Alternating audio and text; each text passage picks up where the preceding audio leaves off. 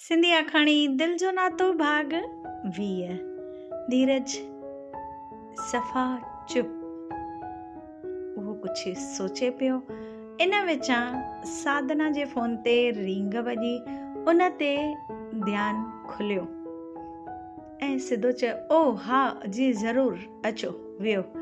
इन एतिरो चयो, आदर सत्कार कयो, चांहि पाणीअ लाइ बि पुछो। साधना बि चयो, छा सर अची सघंदा या इन जे बारे में तव्हां ई डिस्कस कंदा, छो त तव्हां सां त इन बारे में मुंहिंजो कुझु डिस्कस थियो कोन्हे।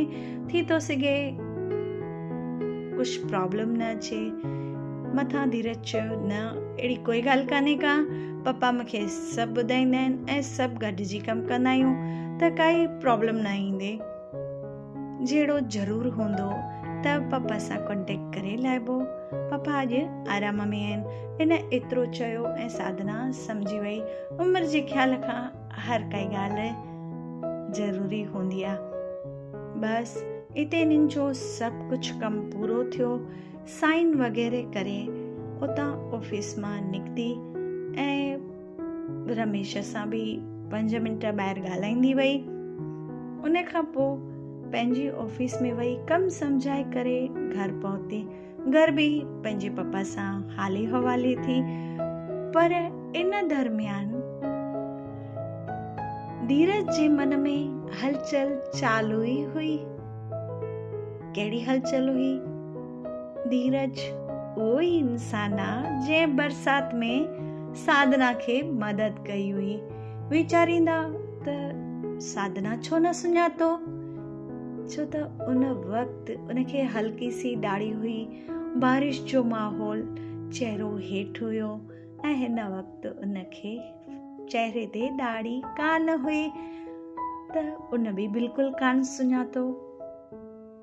बसि धीरज उहो पियो सोचे कि जंहिंखे मदद कई हुई उहा ई असांजी बिज़नेस पार्टनर आहे ऐं हेतिरनि ॾींहंनि खां मां बि अनजान आहियां। बसि उन जी लैपटॉप ते डिटेल कढण लॻो कि दिल्लीअ में ही सभु छा आहे। उन जे कंपनीअ जी पूरी जानकारी जुटाई ऐं पंहिंजो पाण खे ख़ुशि नसीब सम्झण लॻो कि एतिरी सुठी कंपनीअ सां असां जुड़िया आहियूं।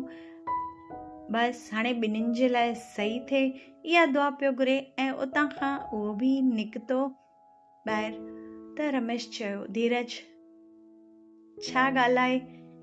बसि मथां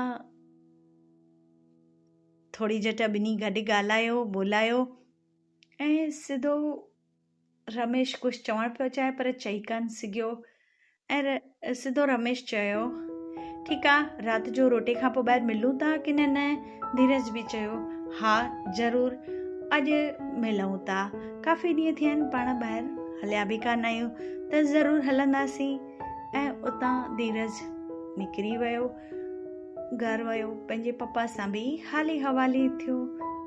बसि हू ॿाहिरि गॾिजा ॿई दोस्त ॻाल्हियूं ॿोलियूं करण लॻा।